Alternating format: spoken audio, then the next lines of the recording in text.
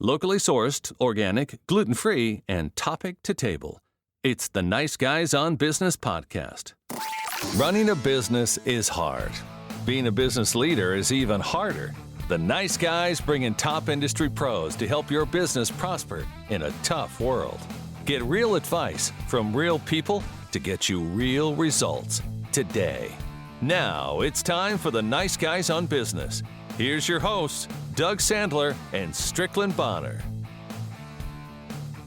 Nice Guy community. Today, Ryan Kimler. He's the founder of Net Profit CFO, a financial services firm bringing clients clarity and guidance, giving them one clear path to having a growing, more successful, and more profitable business. Now, imagine not having to worry about the financial path to profit because, again, Ryan has got your back. He understands your goals. He understands your sole purpose, and he's there to help improve your profits and your bottom line. Ryan, this is size 15 shoes to fill, my brother. Welcome to the Nice Guys on Business podcast.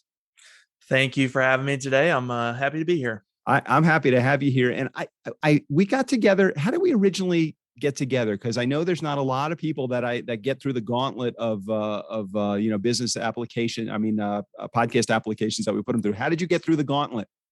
I think you actually found me on LinkedIn. Actually, to start, I think you reached out to me with a message because I think you had a couple of podcasts that you thought I'd be a good fit to be on, and then definitely we ended up having a conversation and qualified me to be on here too. So. And in spite of that, you came on the show? Yeah, absolutely. No, our first conversation was great too.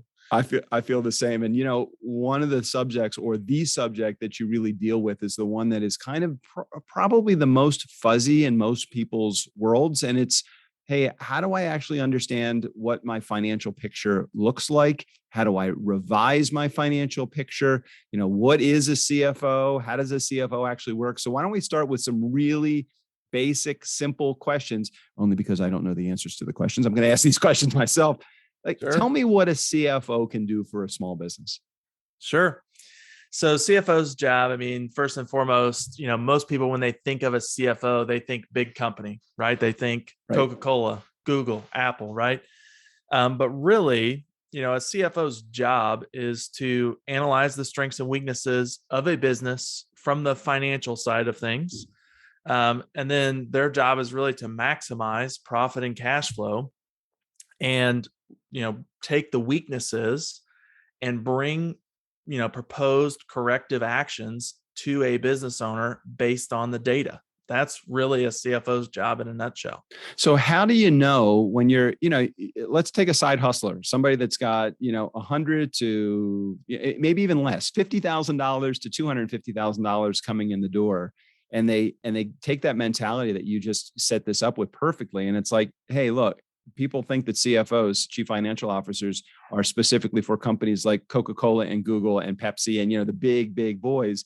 Should you bring in somebody to help you with the financial picture when you're just getting started? For sure. Yeah. So one of the first hires that I think you should make is a bookkeeper, right? You get over six figures and you should probably hire a bookkeeper.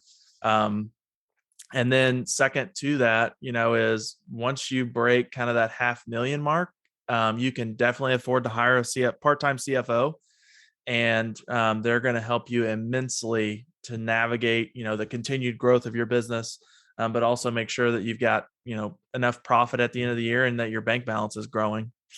You introduced something to me that I really didn't even think of before we had that initial meeting, that just a conversation about, bringing in a CFO, and you said part-time. I'm always thinking, well, how do I do this and how do I make this affordable to my company? So can you maybe share a little bit about how someone that does what you do does it on a part-time basis for your organizations? Sure, absolutely. So when I work with clients, we meet on a monthly basis. We meet for about an hour. But what I'm doing is, I take all the tricks and tools that, a CFO has at the table or would bring to the table, I guess. And, really just kind of condense it down. And because I'm typically working with smaller businesses, it doesn't take all of my time. It doesn't have to be a full-time role. And so, if I can work part-time in a few small businesses, Obviously, since I'm not working full time, you don't have to have the full time pay, right? Mm-hmm. And so that allows me to work with several different clients at one time. And me on my side, it's like I have a full time CFO job. It's just that I get the pleasure of working with multiple business owners and helping multiple business owners and helping them really grow their business. So talk to me about what an organization needs to look for. I know that one of the things that you talked to me about initially, and I think we chatted about this even through email, are some of the key numbers that small business owners should be tracking. It's probably more than just revenue minus expenses equals profit, or maybe that is that simple. Give me some other things that people need to be thinking about. Yeah. So those are definitely some of the key important numbers. Okay. But the main thing is that it's not just about the numbers themselves. It's about comparing them to where you want to be, and to comparing them to a goal, and also comparing them to a forecast of where the business is headed. So when you work with a bookkeeper, they're preparing financials and everything, but everything that's on those statements have been done in the past. And so they're kind of like a review mirror. Mm-hmm. And so part of what a CFO does is that they're your windshield. They help you look forward and, hey, this is where your business is headed. And so, yes, you want to look at revenue, but the important thing is to say, where are we forecasting revenue to go? And then after we know what our revenue forecast is, what are we forecasting that expenses are going to be because of that revenue? And is that where we want to end up? Is that going to meet your target? And having those numbers ahead of time, and seeing, is this venture really going to be profitable? And is there going to be cash flow to the bank account before it happens, is really, really critical and really can drive decision making. How do you know that information before you really get to know how the business works, what the business is all about, or maybe that's a part of your process? Tell me a little bit more about that. Yeah, that is definitely a part of my process. And I mean, overall, I do have some, numbers are numbers, right? And numbers always work the same way, right? I mean, when you bring in revenue, there's only 100% of it that can be distributed out, right? Right. So, to me, no matter what the industry is, right? If I typically break up, expenses into about 3 different sections. I look at marketing as a section, I look at payroll expenses as a section, and then I look at all of your other overhead as a section. So, with those 3 sections, I really don't like to see payroll over about 40% of revenue. Overhead shouldn't be more than about 25% of revenue. And then marketing is about 10. So you add all those together, that's about 75%, gives you 25% bottom line net profit. Now, obviously those numbers could flex a little bit. I know there's some markets are more competitive than others, that maybe you've got to spend a little more on marketing. But at the end of the day, if you're taking away from one number, right, you're either sacrificing net profit, or you better have lower expenses on one of the other buckets. Well, that's really interesting. And as you were talking about the percentages, mentally comparing, our payroll and our expenses and our overhead and the other things that you had mentioned also, and of course our top line too, the revenue that's coming in the door. What typically is a symptom that you would look for to determine whether someone that is potentially a patient of yours would be experiencing in the world of sickness, to say, hey, I have the cure for what ails you? Yeah. So one of the biggest things is payroll. So payroll is typically, obviously I've allowed an allocation of 40% of revenue for it. But payroll in most businesses is probably the business's largest expense. And also what I find a lot of times is that owners, or business owners, I'm talking about business owners, hire a little bit too early. Usually they don't quite have the money to take on their next person. And so what that does is that really pushes the payroll number over the mark. And, they don't have enough money banked before they hire that person to really get that person ramped up to where they're contributing to being able to bring in more revenue. Mm-hmm. And obviously either that person falls on one side or the other. Either they're a salesperson and they're literally adding to revenue, or they're a back end and they're a fulfillment person, right? That they're helping you fulfill the sales that are coming in through the door. And so like I said, typically, the hire happens a little too soon. There's not enough money banked up ahead of time. And then businesses really struggle when they're trying to get that next employee ramped up to being trained and really, hitting the ground running, really. So what do you do when somebody comes to you then they're experiencing that problem? Because I'm just thinking again, I'm putting myself in the position of that business owner. I tend to be the guy that tries to hire fairly early on when I see a need, but just like you said, sometimes I'm hiring a little bit too early to know that bill is going to be covered. So how do you help somebody with that? Because I thought that was called ambition. It's like you're putting it out there to try and figure out, hey, I need to hire this position because I know I'm going to have a need for a salesperson or a fulfillment, somebody on the customer service side of things to help with fulfillment. How do you solve that problem? Yeah. So there's a few things. First of all, what I don't recommend is I don't recommend just going and firing that person. That's the last resort, worst conversation that a business owner has to have, right? So for starters, the first thing is let's project, how long is it going to be before this person is really ramped up, and how much, so if payroll is, let's say it's 45% of revenue, how much revenue do we have to add in order to get payroll back to 40% where payroll stands today? Right. So that's really what we're evaluating. And then after we evaluate that and we kind of know when we're going to have revenue to where it should be, and we know where, when payroll is really going to be back down to that 40%, then we can evaluate how much cash it's really going to take. And from there, then we can look at other options, lines of credit, maybe a short-term loan, something like that, until we can get the business back to in metrics, on track, being profitable. And then you can use that profit to pay back that debt. Credit cards too, if you can, get a new business credit card and put some expenses on it that are, interest-free for 12 months. Those are great things too. And obviously we're going to look at the other expense buckets as well, as far as, overhead and your marketing. Are there some places that you can cut to help the overage on payroll? But those are some of the first things that we're going to look at. Also go look at accounts receivable. That's an easy, go get some cash, so that you can kind of make it through this period, this kind of squeeze period, if you will, of when, your net profit is probably a little bit less than where it will be once you get your new employee ramped up.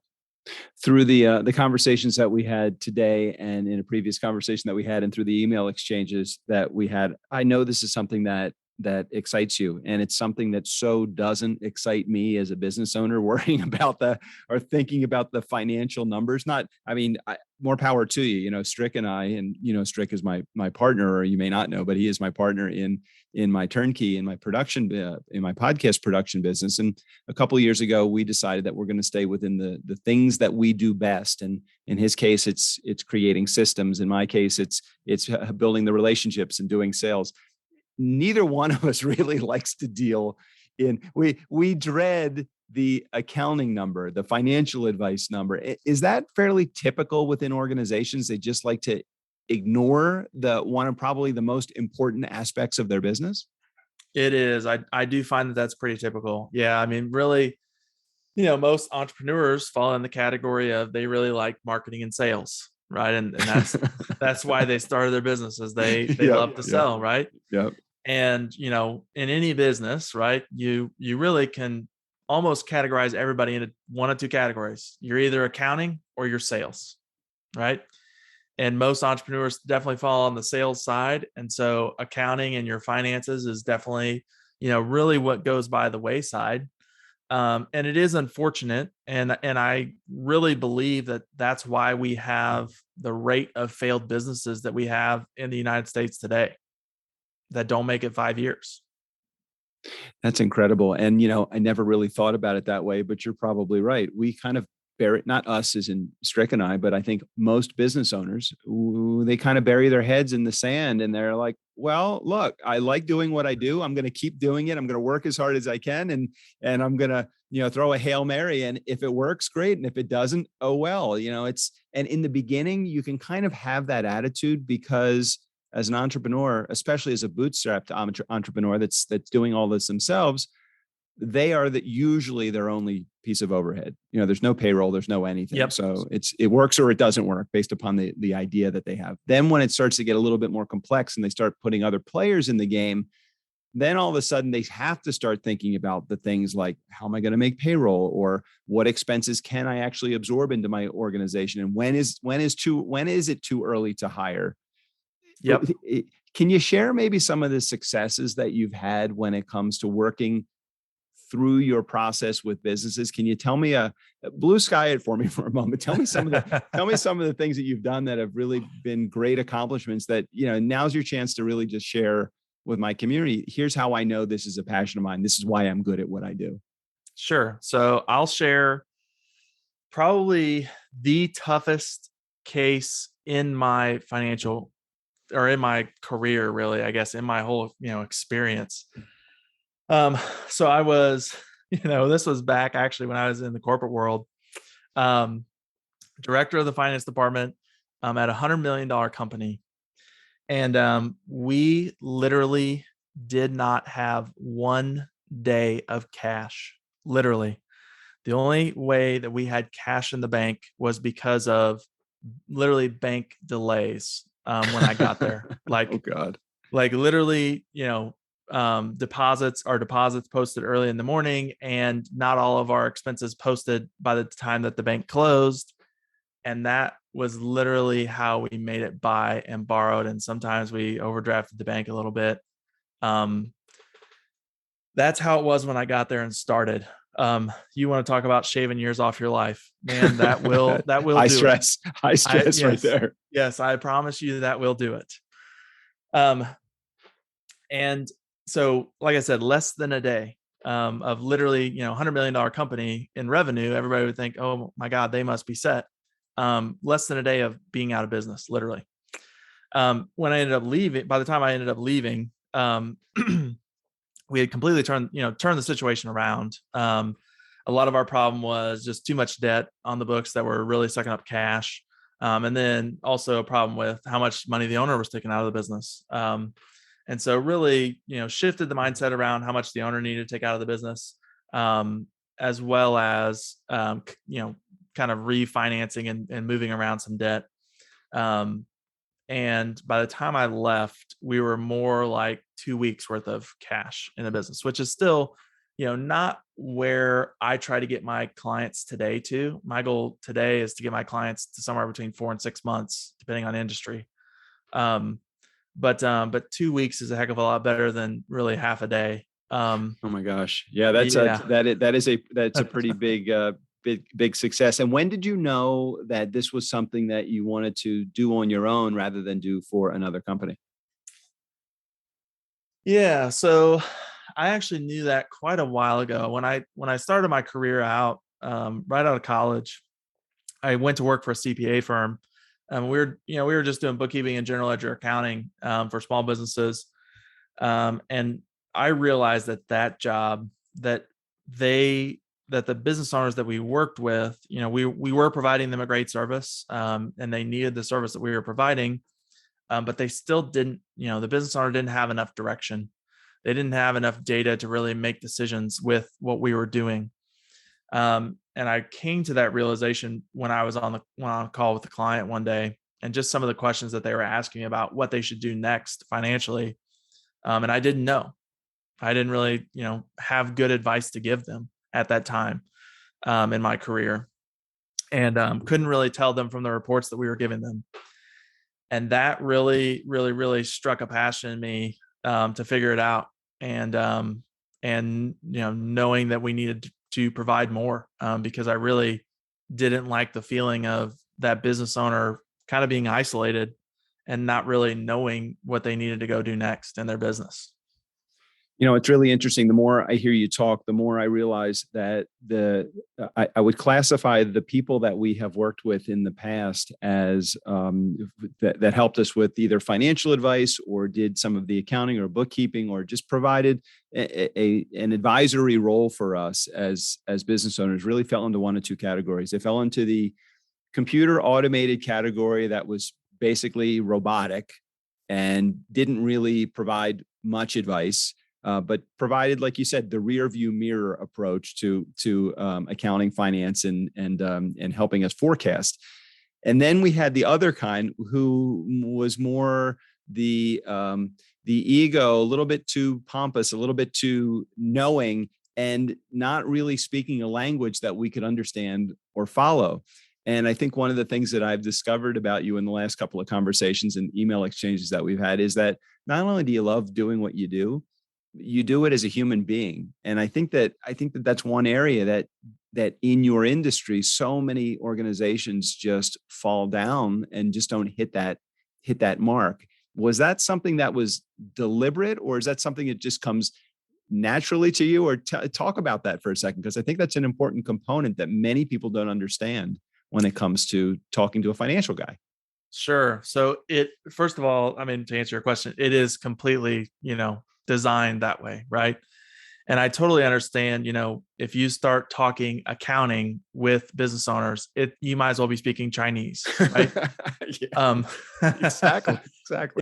So it is absolutely designed that way. And I try to keep, I build financial dashboards for business owners. I mean, that's really what I do, or part of what I do. And I try to keep it as streamlined and as simple as possible. So that they really, have a clear direction forward, know what they're supposed to be doing. And it is intentional. I understand and have come to learn that, people that are specialists in sales are not specialists in accounting, right? And vice versa. Right. I mean, when it comes to me and my business, I mean, I am completely financial and CFO expert, not a marketing expert. Right. And my business completely changed when I hired a marketing coach and started getting better at marketing. Right. Mm-hmm. And probably everyone on this podcast is going to be like, well, duh, obviously. Right. A ton of people that are really good at marketing and sales. Right. But yes, it is absolutely deliberate and translating accounting to the way that business owners talk and the way that marketers and salespeople understand, really has taken me a while to get that narrowed down to kind of a science. But it is very valuable for my clients for sure. Oh, absolutely. And those of you that are in our community, Nice Guy community, Ryan really is more of a financial language expert. He helps translate the numbers that are right. Your translator, you're helping the numbers that are coming into into our organizations. You translate those numbers so that they can understand what they have their hands on and understand the language that they're speaking. Because I would think that just based upon what you're saying and my experience with my own numbers, when you're reading the ledger, or when you're reading your accounting balance, your profit and loss, or your balance sheet, or whatever, it's speaking to you. We just don't know how to interpret it. Is that fair? Absolutely. Yeah. I mean, those statements plus cash flow statements to me are, give me direction. And it doesn't take me too long to look it over and kind of dig in and really circle the problem points, if you will. Yeah. And then, I mean, I totally, translate that to the owner and kind of go to them and say, hey, here are the 3 areas, or, whatever it is, right, where we're missing the mark.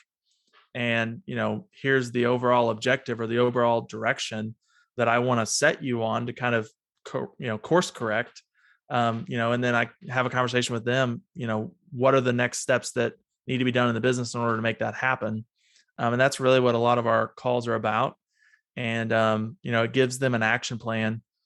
Most of your audience, if they're waking up in the middle of the night, it's probably at 3 a.m. and they're probably thinking about what should I be doing tomorrow? Yeah. And, I know as an owner myself, I mean, if it happens, that's exactly what I'm thinking about. That, or I have some, good content idea come to me or something like that. But it's what should I be doing tomorrow? And I always try to leave my business owners, in our monthly meeting, I always try to leave them with an action plan. And it's a PDF 1-pager of, here are the objectives that we're trying to meet in the next 30 days. Here are what we said are the next steps for you to get it done. And here's also who's responsible for it. Because a lot of times it's not the business owner themselves, it's someone on their team. Yeah, one of the things that you said, it just got stuck in my brain here for just a second. One of the things that you said is we're all business owners, and you own a business, we own a business. Everybody that's listening to this podcast, if they've been listening for any length of time, they probably are entrepreneurs and side hustlers of their own. What's one of the things that keeps you up? Because you mentioned something else, which is, hey, if you're waking up at 3 a.m, you might be doing one of these couple of things. What's the stuff that wakes you up at 3 a.m. as a guy that's a business owner? Because I think those in our community will love the relatability that you can share with them as, hey, look, I might know numbers, but here's the shit that I don't like to deal with either. And this is the stuff that wakes me up at night. What are some of those things that wake you up at night? Yeah. So for me, one is content ideas, right? For LinkedIn or wherever, or tools that I need to put together. Those are or resources. Those are for my own business, right? Those are common things that'll hit me in the middle of the night. And then, just in general, if I'm problem solving, usually if I walk away for a little bit, I tend to come up with solutions, and sometimes they do hit me at 3 a.m. Yeah. When I described the situation earlier, I was trying to problem solve at the corporate place where we only had half a day of cash, and literally I got in my car to go home, and I got to the first street light on my drive home, and the solution just hit me, and I thought about it for the rest of my drive. And at the time I was commuting an hour, and I thought about it every possible way, and I was like, man, that is I thought about it an hour ago, and that is I came up with it an hour ago, and that's actually going to work, and Yeah. I was just trying to, kind of play devil's advocate in my own head. And, but those are the kind of things that wake me up at night. If I have a problem that I can't solve, or marketing content, or, tools, resources, ideas, all of those kind of things, at times wake me up in the middle of the night for sure, or come to me in the middle of the night. And what's so nice about it, again, Nice Guy Community, as you're checking out what Ryan does, and I'll be sure to share with you some of the ways that you get a little bit deeper dive into what Ryan does, and reach out to him. But I think that's partly what pulled me closer to you, was the fact that, hey, here's a guy that owns a business, runs a business. There's a lot of relatability to what you're going through in your business. You just have to happen to have a different expertise. Your expertise is interpreting the numbers that a business is bringing in the door. Mine is creative ways to market a product or service to get their message out in as many eyeballs and eardrums as possible. And it is so amazing that how the relationships of people actually work. So can you share with our community the best way for somebody, if they want to get a little bit closer to you, they want to figure out how you do what you do, they like what they hear today, and just want to maybe a non-intrusive way to get a little bit more information? Should I send them to a website? Where am I sending them? What do you want them to do? Sure. Yeah. So there's a couple of ways. One is netprofitcfo.com. So that is my homepage website. Right now it's just a simple landing page. I'm revamping it, but right on the homepage, there's actually a free scoreboard that your listeners can download. That's got 9 key numbers on it for them to know on their business. And it's built in Excel. So if you have someone in your life that knows Excel a little bit, I'm sure that they can help you navigate around it, or Okay. definitely reach out to me too. And then on that same page, if you would like to book a call with me to see if we might be a good fit to work together, there's a big Connect with Ryan button in the corner that you can book a call with me. And then if you Google, Ryan Kimler, last name is Kimler. You're going to find me on LinkedIn, find me on Facebook. Those are all, great ways to get in contact with me. I'm really active on LinkedIn, so always open to connections on there. Great. And Ryan, thank you so much for sharing your message. And I know we're going to get through to somebody in our community that will take advantage of the stuff that you have, and see you as the real guy that you really are. And you are true to your communication with me, and that you just love what you do, and it's easy to tell, and you're good at what you do. And I would encourage anybody that's in our community, if you want to get more information about those, what was it, the 9 numbers that are important to your organization? Yep, absolutely. Yep. Just check out the show notes, or head over to, give them the website one more time, Ryan. netprofitcfo.com. All right. netprofitcfo.com is a spot to be. Ryan, thanks for sharing your message and your inspiration on the show today. Absolutely. Thank you for having me. It was an absolute pleasure. Nice Guy community, never underestimate the power of nice or the power of those 9 essential numbers that you need to know a little bit more of. Special thanks to our guest, Ryan Kimler. All of his information, including access to his website, will be right there in the show notes. Steve O'Brien, go ahead and take us out of here. For the Nice Guys on Business, I'm Steve O'Brien. Because it's such a fine line between stupid and clever.